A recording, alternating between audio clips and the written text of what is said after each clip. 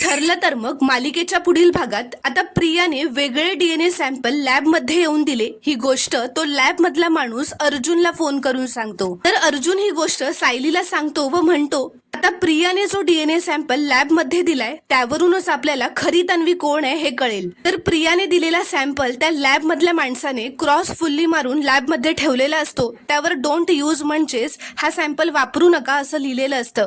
म्हणून त्या लॅब मधला दुसरा एक मुलगा ते सॅम्पल कचऱ्यात फेकून देतो।